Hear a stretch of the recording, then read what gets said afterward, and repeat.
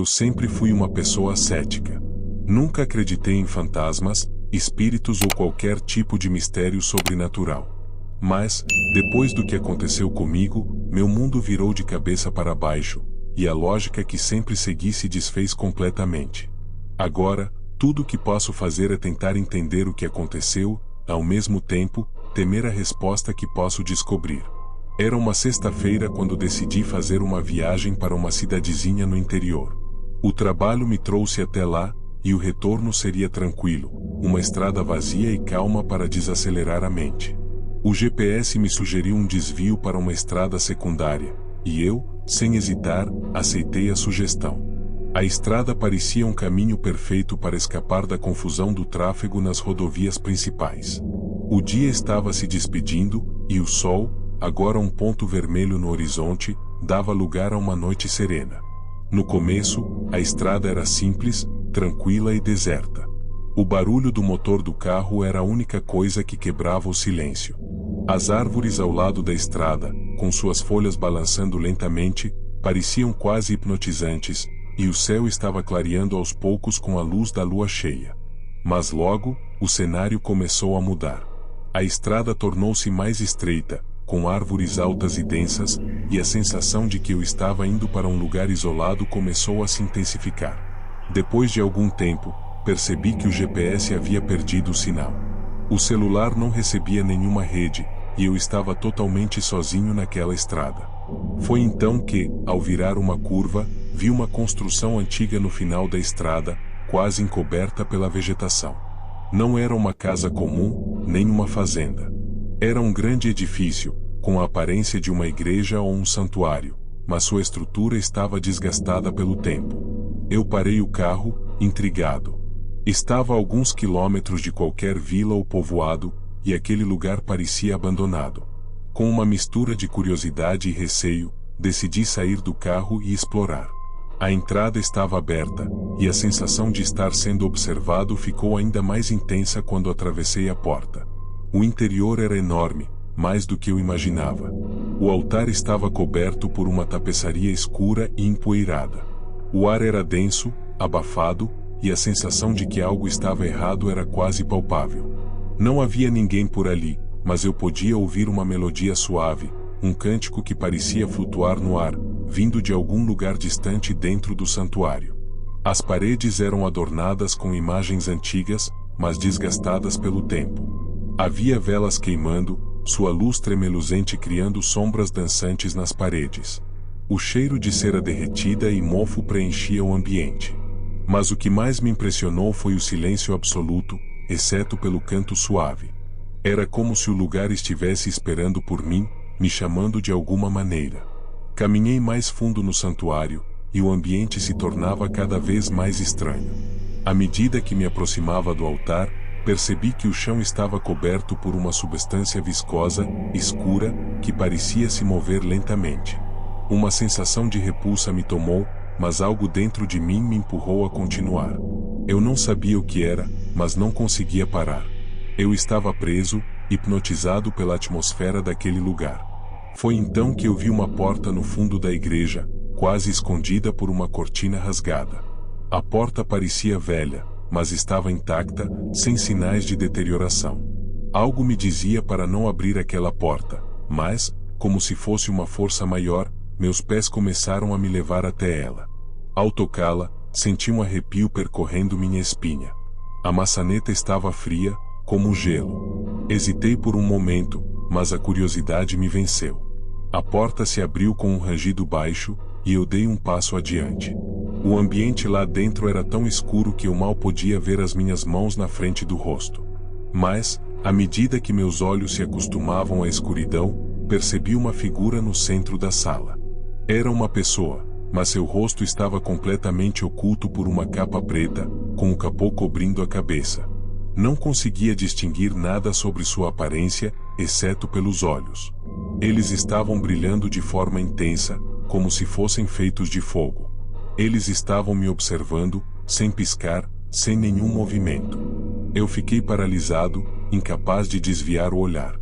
A figura não se moveu, mas sua presença parecia me envolver completamente, como se estivesse me consumindo. O canto que eu ouvira anteriormente se intensificou, e agora soava como uma composição dissonante, como se estivesse vindo de todas as direções ao mesmo tempo. As paredes da sala começaram a se distorcer, e o chão sob meus pés parecia ondular como se estivesse em movimento. Eu estava ficando tonto. Antes que eu pudesse reagir, a figura começou a se aproximar. Seus passos eram silenciosos, mas eu podia senti-los, como se estivessem reverberando em minha mente. Não sabia o que fazer, mas a sensação de perigo iminente era palpável. De repente, uma voz sussurrou, baixa, mas clara, dentro da minha cabeça. Você não deveria ter vindo até aqui. A voz parecia vinda de todos os lados, e eu não sabia como reagir. A figura estava agora a poucos metros de mim, e seus olhos brilhavam cada vez mais intensamente. Eu tentei me mover, mas meus pés estavam grudados no chão. O medo me paralisava. Foi então que algo estranho aconteceu. Eu senti uma mão fria tocar meu ombro. Eu me virei rapidamente, e, para minha surpresa, a figura havia desaparecido. O ambiente ao meu redor estava completamente quieto, como se nada tivesse acontecido. A sala estava escura, mas, de alguma forma, a pressão que eu sentia havia diminuído. Corri de volta para a entrada, tentando não olhar para trás, e quando finalmente saí do santuário, a luz da lua me deu uma sensação de alívio. Eu não sabia o que era aquele lugar, mas, de alguma forma, sabia que não deveria voltar lá. Eu entrei no carro e liguei o motor. Ao olhar para trás, vi uma última coisa que me deixou sem fôlego. No topo do santuário, havia uma figura encapuzada, observando-me da janela. Ela não se moveu, mas, por um breve momento, eu vi seus olhos brilhando na escuridão. Dirigi por horas, até chegar à cidade mais próxima. Quando finalmente encontrei um hotel, decidi passar a noite ali. Mas, ao tentar dormir, algo me incomodava. Eu estava sozinho no quarto, mas sentia uma presença, como se estivesse sendo vigiado. Olhei pela janela e, à distância, vi uma figura encapuzada, parada na beira da estrada. Ela não se movia, mas seus olhos estavam fixos em mim. Naquela noite, aprendi da maneira mais difícil que há lugares no mundo onde a lógica e a razão não têm poder. E, mais importante ainda, que às vezes, é melhor ignorar o que a curiosidade nos chama para descobrir. Pois, no fim, a verdade pode ser mais assustadora do que qualquer história de terror que se possa contar.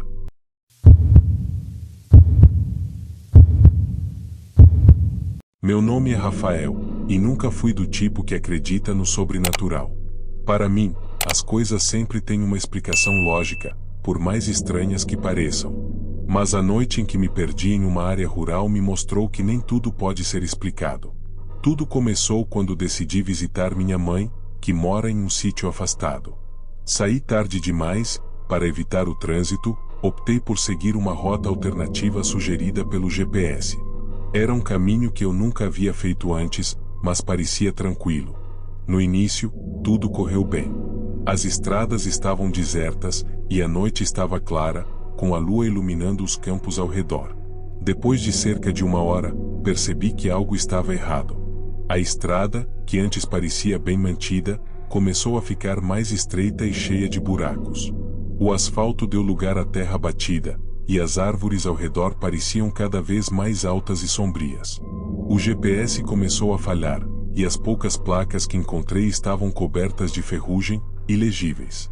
Continuei dirigindo, tentando manter a calma. Dizia a mim mesmo que era apenas uma rota rural pouco usada. Foi então que avistei uma construção ao longe, mal iluminada pela luz dos faróis. Era uma casa antiga, de madeira, cercada por um quintal tomado pelo mato alto. Havia algo nela que parecia errado. Parei o carro na entrada da propriedade, pensando que talvez pudesse pedir informações. A casa parecia abandonada, mas decidi tentar. A porta da frente estava entreaberta, e, ao me aproximar, senti um cheiro estranho, uma mistura de mofo e algo metálico, que me fez pensar em sangue. Chamei por alguém, mas não houve resposta. Entrei com cautela, iluminando o interior com a lanterna do celular. O lugar estava em ruínas. Móveis antigos estavam espalhados pela sala, cobertos de poeira e teias de aranha. Havia marcas de arranhões nas paredes e manchas escuras no chão, como se algo tivesse sido arrastado. No canto da sala, vi uma porta que levava ao porão. Ela estava aberta, revelando uma escada que descia para a escuridão. O ar que subia dali era ainda mais denso e carregado daquele cheiro metálico. Algo dentro de mim dizia para não descer, mas a curiosidade falou mais alto. A escada rangeu sob meus pés enquanto eu descia. O porão era um espaço amplo, mas vazio, exceto por um poço no centro. A borda estava coberta de musgo, e a água lá dentro era negra como breu. Me aproximei, iluminando o interior com a lanterna, mas não consegui ver o fundo. Foi então que ouvi um som. Um choro fraco e abafado, como de uma criança, vinha de dentro do poço. Meu coração disparou. "Tem alguém aí?" Perguntei, tentando soar calmo. O choro continuou, mas agora parecia mais próximo. Senti um calafrio e dei um passo para trás. Antes que pudesse reagir, algo emergiu da água. Era uma mão. Saí correndo do porão, meu coração batendo tão forte que eu mal conseguia respirar. Quando cheguei à sala novamente, a porta da frente estava fechada. Tentei abri-la, mas parecia trancada. O som do choro agora ecoava pela casa inteira, acompanhado de risadas estridentes e distorcidas. As luzes começaram a piscar, e eu ouvi passos pesados no andar de cima. Olhei em direção à escada e vi algo descendo lentamente. Não era humano. Era uma figura alta, com a pele encharcada e os olhos brilhando como faróis. Desesperado, procurei outra saída. Encontrei uma porta nos fundos da casa e a empurrei com toda a força. Ela cedeu, e eu corri para fora, tropeçando no mato alto. Atrás de mim, ouvi um rugido inumano. Corri pela estrada de terra, sem olhar para trás. A vegetação ao meu redor parecia se fechar, como se estivesse viva, tentando me impedir de escapar. Minhas pernas começaram a fraquejar, mas continuei correndo, até que vi luzes ao longe. Era um caminhão. Me joguei na frente dele, acenando desesperado. O motorista freou bruscamente e saiu para me ajudar. Ele parecia confuso e assustado ao ver meu estado. "O que aconteceu com você?" perguntou. Eu não conseguia falar. Apenas apontei para a direção de onde havia vindo. O homem olhou para a estrada atrás de mim e franziu a testa. "Não tem nada lá. Essa estrada termina em um campo abandonado." Insisti que ele estava errado, que havia uma casa e algo me perseguindo. Ele balançou a cabeça, hesitante, mas me deixou entrar na cabine do caminhão. Enquanto dirigíamos, olhei pelo retrovisor e vi algo parado no meio da estrada, longe demais para distinguir. Era uma sombra alta e imóvel, me observando enquanto o caminhão se afastava. Depois daquela noite, nunca mais fui o mesmo. Descobri, dias depois, que a área onde me perdi era conhecida por histórias antigas sobre desaparecimentos e eventos inexplicáveis. Falar sobre isso ainda me dá calafrios, mas o que mais me assombra é o detalhe que o motorista mencionou antes de me deixar em segurança. "Sabe, quando te vi pela primeira vez, parecia que tinha algo atrás de você. Algo alto, quase como uma sombra. Desde então, evito estradas desertas e casas abandonadas. Mas, às vezes, à noite, ainda sinto como se estivesse sendo observado."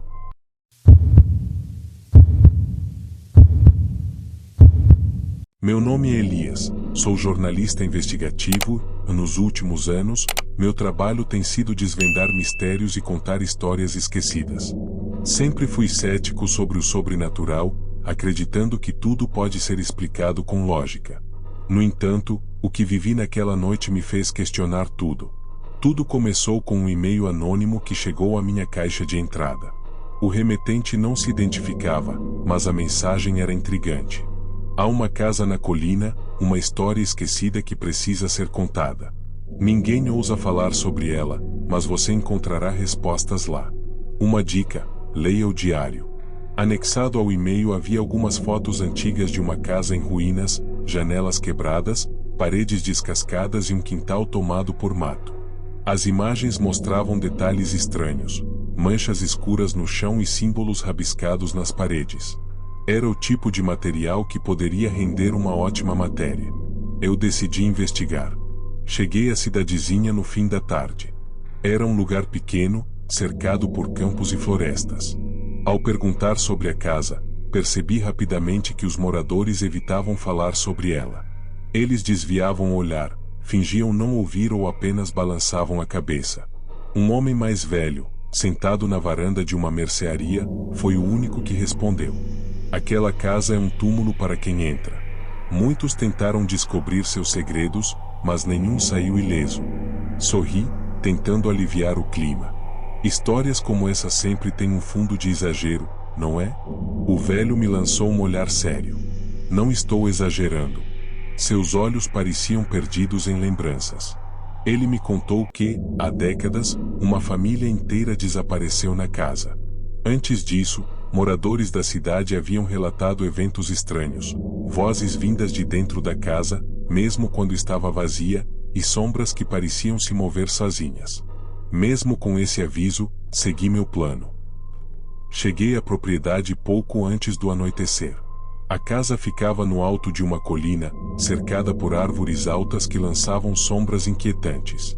O lugar parecia absorver a luz do sol que desaparecia, deixando tudo ao redor mergulhado em escuridão precoce.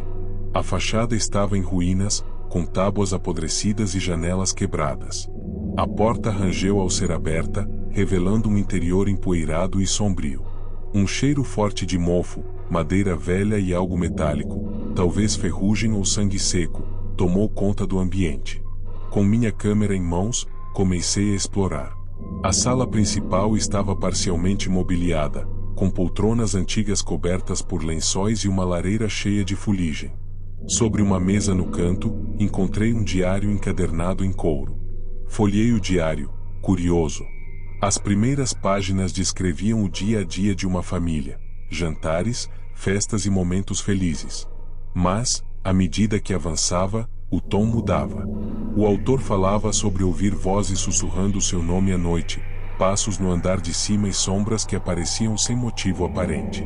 Uma entrada em particular chamou minha atenção. Asterisco, eles estão aqui. Estão sempre aqui. Não posso fugir. Não há saída. Asterisco. Senti um arrepio, mas continuei explorando. O andar térreo parecia seguro. Havia uma cozinha desordenada, com pratos quebrados no chão, e um corredor que levava a uma porta trancada. Decidi subir para o segundo andar. O corredor do andar superior era longo, com portas alinhadas em ambos os lados. O ar ali era mais frio, e o silêncio parecia mais pesado. Abri a primeira porta com cuidado. Era um quarto infantil. A cama estava intacta, e brinquedos antigos estavam espalhados pelo chão. No canto do quarto, uma boneca estava sentada em uma cadeira de balanço. O que me deixou inquieto foi o chão ao redor da cadeira. Havia marcas de arranhões profundos, como se alguém, ou algo, tivesse arrastado a cadeira repetidamente. De repente, senti um frio intenso na nuca, seguido por um som fraco de risadas. Olhei para trás, mas o corredor estava vazio. Voltei para a escada, decidido a sair. Mas algo estava errado. A porta da entrada, que eu havia deixado aberta, agora estava fechada. Tentei girar a maçaneta, mas ela não se movia. Era como se a casa estivesse viva, me mantendo preso ali. Tentei manter a calma. Peguei o diário novamente, folheando as páginas em busca de pistas. As palavras pareciam se alterar diante dos meus olhos, formando frases que não estavam lá antes. Asterisco, você está conosco agora. Não tente escapar. Asterisco. Meu coração disparou. Tentei me convencer de que era minha imaginação, mas, então, ouvi passos no andar de cima. Eles eram lentos e deliberados, como se alguém estivesse descendo a escada. Peguei minha câmera e apontei para a escada. Através da lente, vi uma sombra. Era alta, magra, com braços desproporcionais e um rosto vazio, sem feições. Corri para a cozinha, tentando encontrar outra saída. As janelas estavam lacradas, e a porta dos fundos não abria. Comecei a ouvir sussurros ao meu redor, vindos de todos os lados. Elias? Meu nome foi dito com clareza, seguido por uma risada baixa. A voz parecia estar em meu ouvido, mas eu não via ninguém. Desesperado, Voltei ao segundo andar, procurando um lugar para me esconder. No final do corredor, havia uma porta que eu não tinha notado antes. Abri-a com cuidado e encontrei um sótão. O sótão era iluminado pela luz fraca da lua, que entrava por uma pequena janela. No centro do cômodo, havia um espelho enorme, com uma moldura ornamentada. Quando olhei para o reflexo, meu sangue gelou.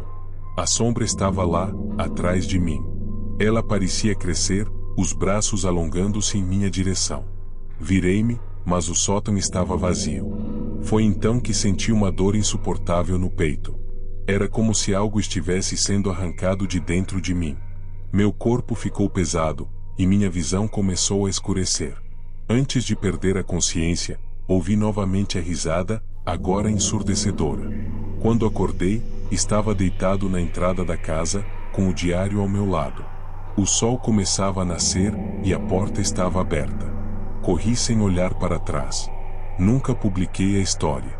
O diário ainda está comigo, mas tenho medo de abri-lo novamente.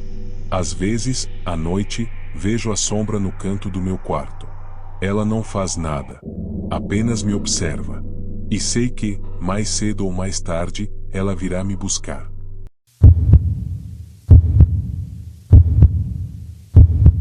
Boa noite, relatos de terror. Eu nunca fui muito fã de acampamentos ou aventuras no meio do nada, mas quando meu amigo Marcelo insistiu para passarmos o fim de semana em uma fazenda abandonada que pertencia à família dele, acabei aceitando. Ele prometeu que seria uma experiência única e que a fazenda tinha uma história interessante. Mal sabia eu o que estava por vir. A fazenda ficava a cerca de 2 horas de carro da cidade, isolada em meio a uma área rural deserta. Chegamos no fim da tarde. O sol já começava a se esconder no horizonte, tingindo o céu de tons alaranjados e roxos. A casa principal era enorme, com a pintura descascando e as janelas cobertas de poeira. Tudo parecia ter sido abandonado há décadas. Marcelo nos guiou até a entrada. O grupo era pequeno. Além de nós dois, estavam minha namorada, Ana, e o irmão mais novo de Marcelo, Lucas. Assim que entramos, um cheiro forte de madeira velha e umidade nos envolveu. O interior da casa estava parcialmente vazio, com alguns móveis antigos cobertos por lençóis empoeirados. Marcelo contou que a fazenda havia sido comprada por seu bisavô, mas, após a morte dele, ninguém na família quis morar lá. Ele mencionou que havia histórias sobre desaparecimentos na região, mas falou isso com um sorriso de deboche, como se fosse uma lenda rural para assustar crianças. Ao anoitecer, montamos nossos sacos de dormir na sala principal e acendemos algumas lanternas. A ideia era passar a noite conversando, bebendo e explorando o lugar. Mas logo as coisas começaram a ficar estranhas. Por volta das 22 horas, ouvimos o primeiro som. Era algo como um sussurro, baixo, quase imperceptível. Olhamos uns para os outros, tentando entender se era o vento ou algum animal lá fora. Marcelo riu e disse que a casa tinha personalidade. Eu tentei ignorar, mas algo na forma como o som ecoava me deixou inquieto. Decidimos explorar os arredores da casa com nossas lanternas. O quintal era enorme, com árvores altas e uma cerca quebrada que delimitava a propriedade. Lucas, curioso como sempre, resolveu entrar no velho celeiro que ficava nos fundos. Era um prédio grande, com tábuas de madeira caindo aos pedaços. Assim que entramos no celeiro, o ar pareceu mudar.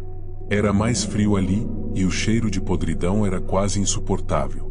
No canto do celeiro, havia uma pilha de sacos de estopa rasgados, como se algo tivesse tentado abri-los.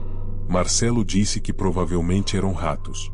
Enquanto iluminávamos o lugar, encontramos marcas estranhas no chão. Eram arranhões, profundos, formando padrões que pareciam círculos sobrepostos. Lucas, nervoso, começou a brincar que era coisa de algum culto. Ana disse para voltarmos para casa, e todos concordaram. Ao sairmos, porém, notamos algo estranho. As lanternas começaram a falhar, piscando sem explicação. O vento ficou mais forte, e por um instante juramos ouvir uma risada baixa vindo de dentro do celeiro. Olhamos para trás, mas não vimos ninguém. De volta à casa, o clima estava tenso. Tentamos fingir que estava tudo bem, mas o silêncio era incômodo. Ana estava pálida, e até Marcelo, que sempre fazia piadas, parecia inquieto. Foi então que ouvimos passos no andar de cima. Marcelo, tentando mostrar coragem, pegou uma lanterna e subiu para verificar. Eu fui com ele, enquanto Ana e Lucas ficaram na sala. O segundo andar estava ainda mais deteriorado, com tábuas rangendo sob nossos pés e o cheiro de mofo impregnando o ar. Enquanto caminhávamos pelo corredor, ouvimos algo arranhar a porta de um dos quartos. Marcelo abriu a porta lentamente, e o que vimos foi nada. O quarto estava vazio, exceto por uma velha cadeira de balanço no canto, que parecia ter sido movida recentemente. Quando voltamos para a sala, encontramos Ana e Lucas em completo estado de pânico. Eles disseram que as lanternas apagaram ao mesmo tempo e que ouviram alguém sussurrando seus nomes. A partir daí, tudo ficou pior. A casa parecia viva. As janelas batiam sozinhas, portas rangiam, e os sussurros ficaram mais claros, como se várias vozes falassem ao mesmo tempo. Ana começou a chorar, dizendo que queria ir embora, mas, ao tentarmos sair, descobrimos que a porta principal estava trancada. Forçamos a porta, gritamos e até tentamos quebrar as janelas, mas era como se a casa nos mantivesse presos. O vento lá fora se intensificava, e as risadas que ouvimos no celeiro agora estavam dentro da casa. Nos trancamos em um dos quartos no térreo, tentando pensar em um plano. Lucas, que até então estava calado, começou a falar em voz baixa, quase como se estivesse em transe. Ele dizia coisas que não faziam sentido, mencionando nomes e datas que ninguém conhecia. Marcelo tentou sacudi-lo, mas Lucas começou a rir. Era uma risada alta, desumana, que fez nossos cabelos se arrepiar. Ele olhou para nós com os olhos completamente escuros, sem pupilas, e disse: "Vocês não deveriam ter vindo." Foi quando tudo desmoronou. As luzes das lanternas apagaram, e o quarto foi tomado por um frio insuportável. Senti algo tocar meu ombro, mas, quando me virei, não havia ninguém. De alguma forma, conseguimos sair da casa naquela noite. Não lembro exatamente como, mas corremos sem olhar para trás, atravessando o matagal até encontrar o carro. Até hoje, nenhum de nós consegue explicar o que aconteceu. Marcelo nunca mais mencionou a fazenda, e Lucas foi internado pouco tempo depois, sofrendo de pesadelos constantes e repetindo as mesmas palavras: "Eles estão esperando." Eu nunca mais voltei àquele lugar, mas às vezes, à noite, ainda ouço sussurros.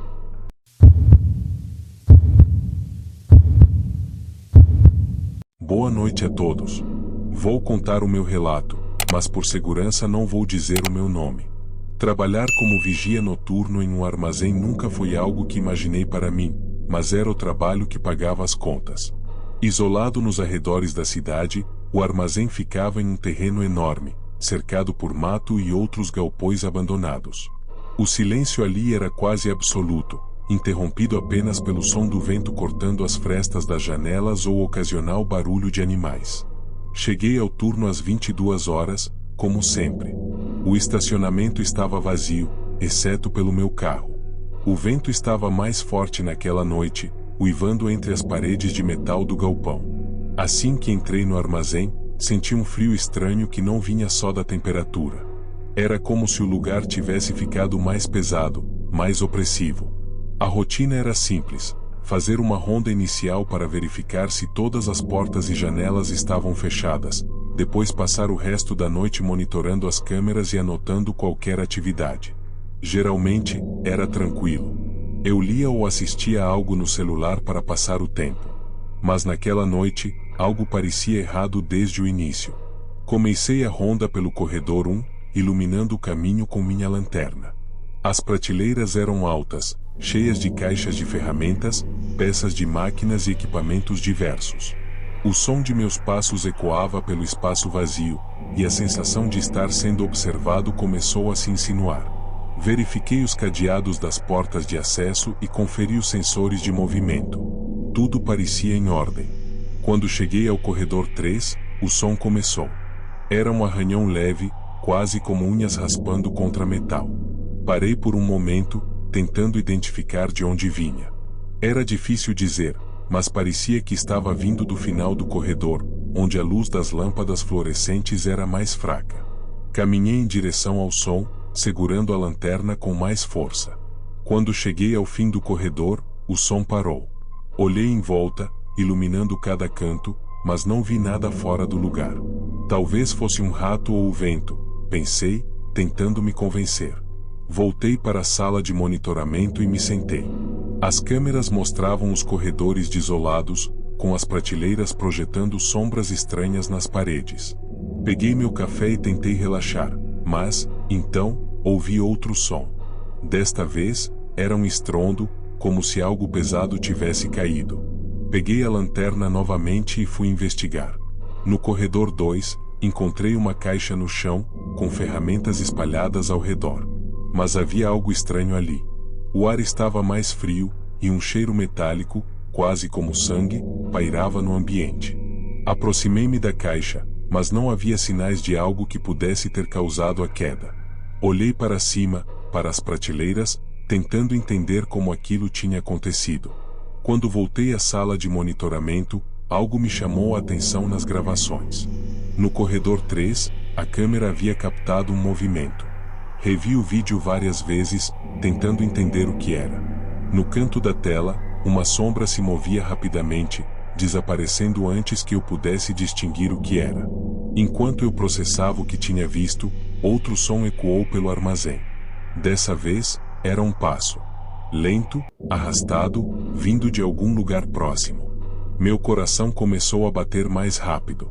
Voltei minha atenção para as câmeras, procurando por algo, qualquer coisa, mas todos os corredores estavam vazios. Foi então que vi. No monitor da câmera do corredor 3, uma figura apareceu. Era alta, magra, e estava parada, completamente imóvel, no meio do corredor. Tentei ajustar o zoom, mas a imagem ficou borrada. A figura parecia olhar diretamente para a câmera, mesmo sem rosto visível. Peguei meu rádio e tentei chamar o supervisor, mas tudo o que ouvi foi estática. Respirei fundo e decidi verificar o corredor 3. Caminhei devagar, com a lanterna tremendo em minha mão. O silêncio era absoluto, interrompido apenas pelo som de meus passos. Quando cheguei ao corredor, ele estava vazio. Mas no chão havia pegadas. Pegadas descalças, úmidas, que seguiam em direção ao fundo do corredor. Iluminei o caminho e segui as marcas, tentando entender como aquilo era possível. As pegadas terminavam abruptamente no meio do corredor, como se a pessoa tivesse desaparecido no ar. O que me deixou ainda mais aterrorizado foi quando olhei para trás. Havia novas pegadas. Elas estavam frescas, e eram maiores, como se algo estivesse me seguindo. Corri de volta para a sala de monitoramento, meu coração disparado. Tranquei a porta e sentei na cadeira, tentando recuperar o fôlego. Foi quando percebi que as telas estavam apagadas. Todas, menos uma. No monitor do corredor 3, algo estava escrito na parede. As palavras eram grandes, desenhadas com o que parecia ser sangue. Você não deveria estar aqui. Meu corpo inteiro congelou. Peguei meu celular e tentei ligar para a polícia, mas não havia sinal. De repente, ouvi passos do lado de fora da sala. Eles eram lentos, deliberados, como se alguém estivesse arrastando os pés no chão. A maçaneta começou a girar, e eu segurei o pedaço de ferro que tinha encontrado no chão. A tranca se mexia violentamente, como se alguém estivesse tentando forçar a entrada. Fechei os olhos e me preparei para o pior, mas, então, o som parou. O silêncio voltou, mas não tive coragem de sair. Esperei ali, imóvel, até o primeiro raio de sol aparecer. Quando o turno da manhã chegou, saí correndo, sem olhar para trás. Contei ao gerente o que aconteceu, mas ele apenas riu e disse que o lugar sempre foi assim. Dias depois, fiquei sabendo que um colega meu desapareceu durante o turno noturno. Seu carro estava no estacionamento, mas ele nunca foi encontrado. Desde então, não consigo dormir direito. Às vezes, ainda ouço os passos arrastados quando estou sozinho. E, de vez em quando, sinto que algo está me observando no escuro.